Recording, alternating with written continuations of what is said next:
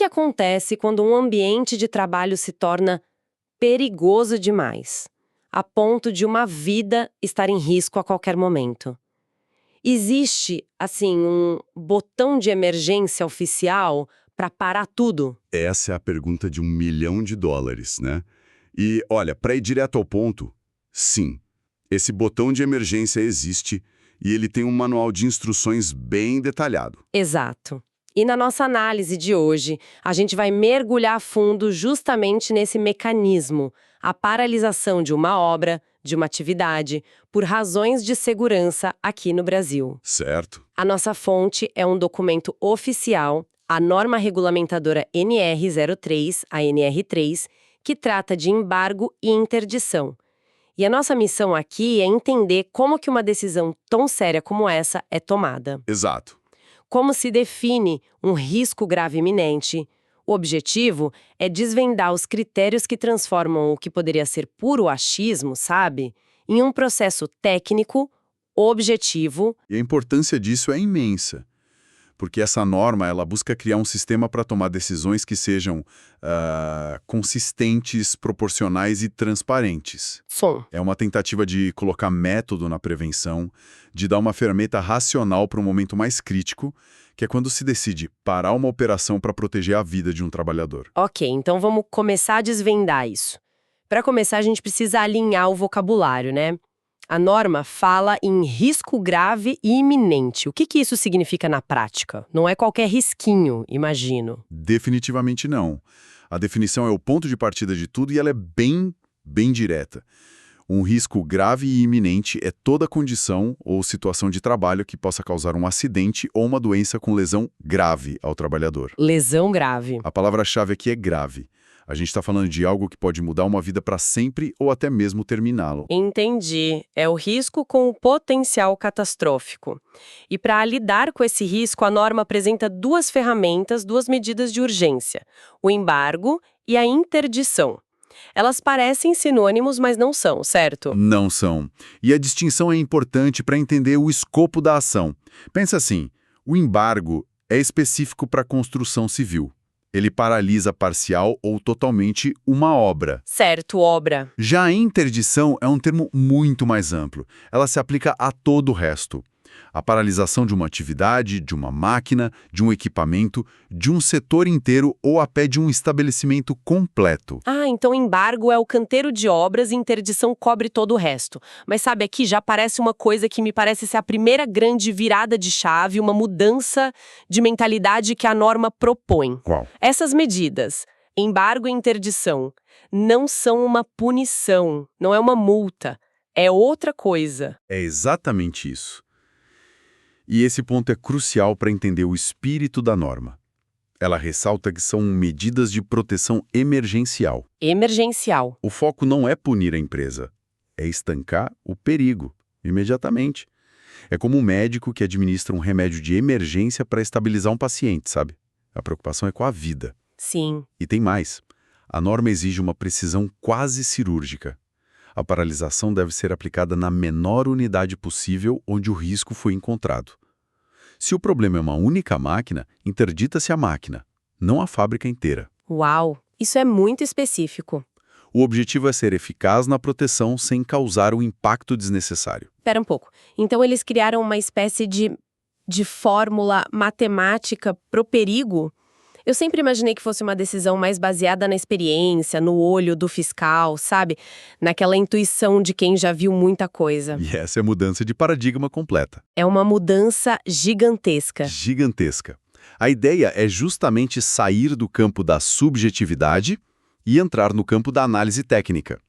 A norma cria uma metodologia, um framework, para que auditores diferentes, em lugares diferentes, cheguem a conclusões parecidas diante de riscos parecidos. E como é que funciona essa fórmula? Quais são as variáveis? São duas variáveis principais que, quando a gente combina, definem o tamanho do risco: consequência e probabilidade. Consequência e probabilidade. Primeiro, o auditor avalia a consequência.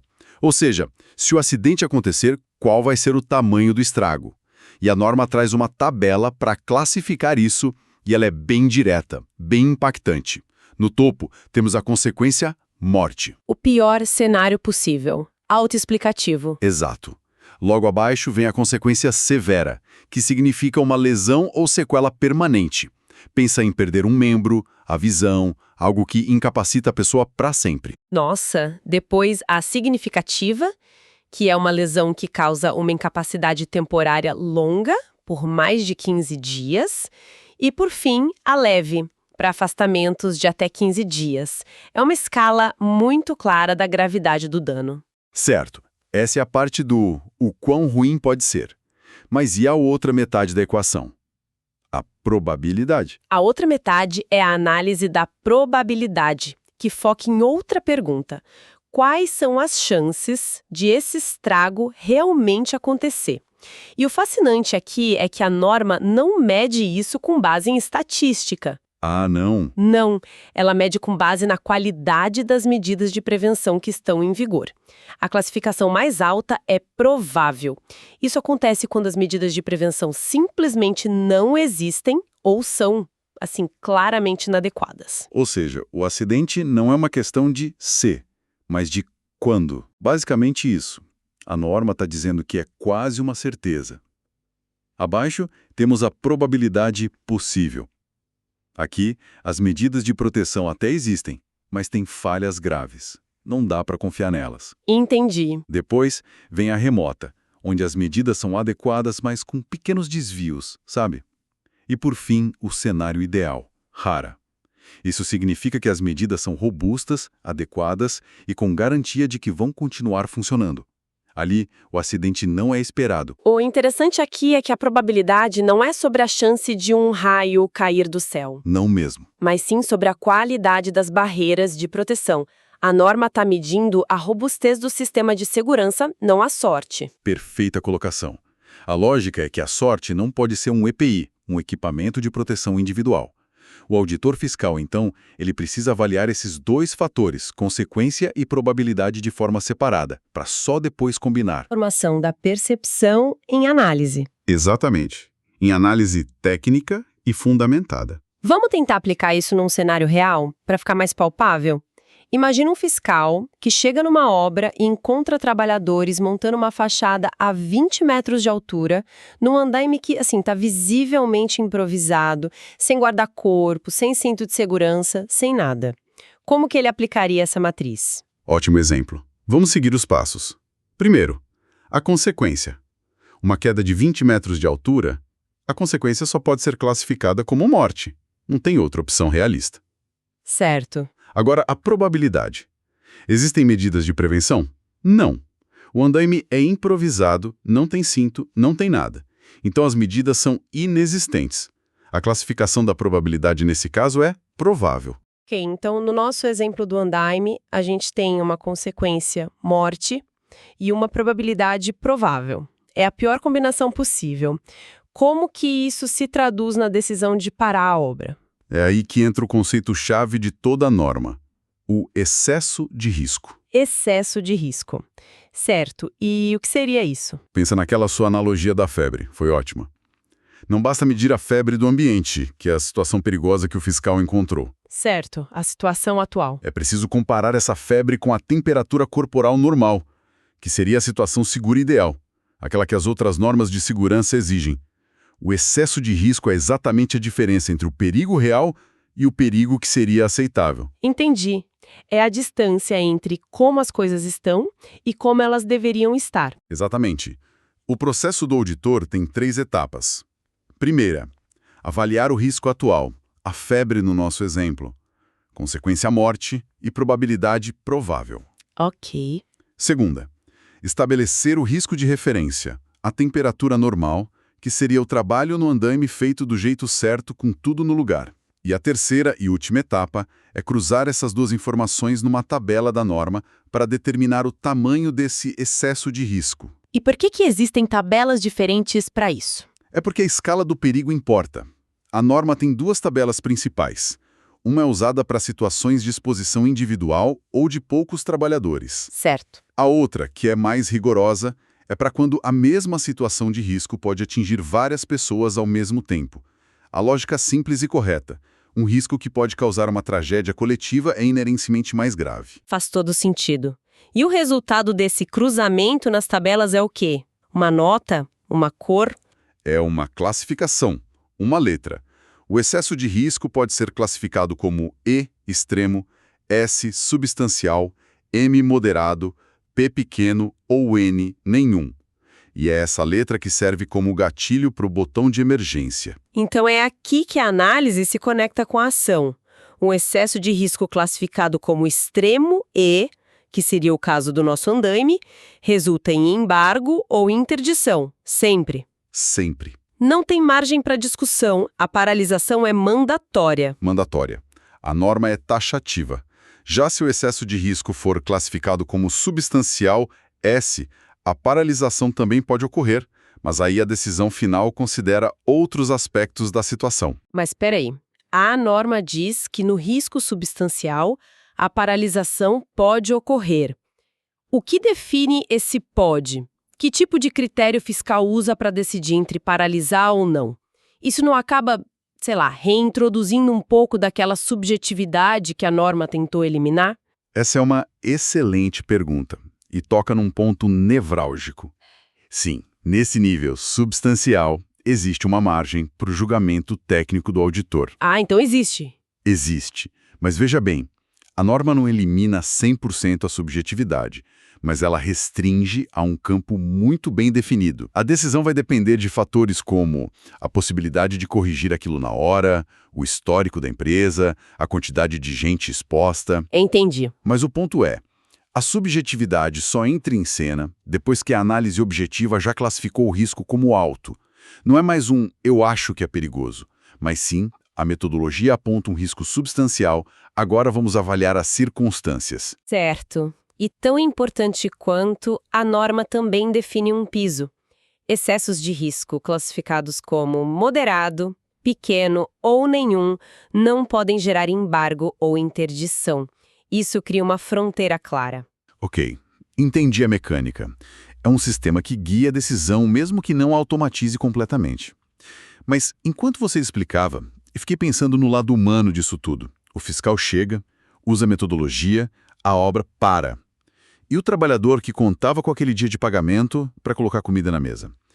Como fica a situação dele? Essa é uma preocupação muito legítima. E a resposta é uma das proteções mais importantes para o trabalhador dentro da norma. Ela é categórica ao afirmar que, durante a paralisação do serviço por embargo ou interdição, os trabalhadores receberão seus salários integralmente. Ah, é? Sim, como se estivessem trabalhando normalmente. Ou seja, o pagamento é garantido? Isso é fundamental. É fundamental porque remove um dilema terrível, né?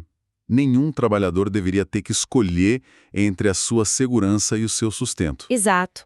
A norma deixa claro que a responsabilidade pela segurança é do empregador e o ônus financeiro de uma paralisação causada pela falta dela não pode, de forma alguma, ser transferido para o empregado. E além do salário, tem outras consequências práticas dessa paralisação. Sim, tem outros 2 pontos importantes. Primeiro, a paralisação da atividade não impede que a empresa seja multada por outras irregularidades. São ações independentes. Uma coisa é a emergência, a outra é a multa. Exato. Uma coisa é proteger a vida, outra é a sanção. E o segundo ponto é muito inteligente. Durante o embargo, a empresa pode e deve realizar as atividades para corrigir o problema, desde que, claro, essas atividades de correção sejam feitas com segurança. O objetivo é resolver, não só parar. Isso. O objetivo final não é apenas parar a produção, mas sim resolver a causa do risco para que o trabalho possa ser retomado de forma segura. Então, o que a gente viu hoje? Uma decisão que de fora parece drástica, talvez até arbitrária, como paralisar uma obra inteira, na verdade segue um roteiro, uma metodologia detalhada, objetiva e transparente. Exato. É um processo lógico e rastreável, que pode ser auditado e justificado em cada etapa. A norma pega a avaliação de risco e a tira do campo da opinião, do eu acho, e a leva para um processo estruturado. Baseado na combinação de quão grave pode ser um acidente E qual a robustez das defesas que existem para impedi-lo. e tudo isso com um único e claro objetivo: proteger vidas de uma forma fundamentada, técnica e que possa ser aplicada de maneira justa em todo o país. Exatamente. E isso nos deixa com uma reflexão final, uma provocação, sabe? A própria norma especifica que toda essa metodologia que a gente discutiu é a ferramenta de trabalho do auditor fiscal. Não é um padrão obrigatório que o empregador deva usar na sua gestão de riscos do dia a dia. Certo, é a régua do fiscal, não necessariamente a da empresa. Isso. No entanto, isso deixa uma pergunta importante no ar, né?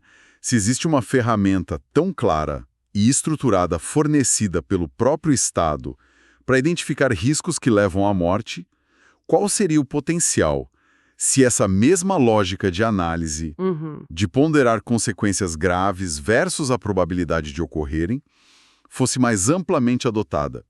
Não só como uma resposta a uma fiscalização, mas como pilar central, como DNA da cultura de segurança de qualquer empresa. Fica a reflexão. Se o mapa para evitar a tragédia é conhecido, por que esperar o fiscal chegar para começar a usá-lo?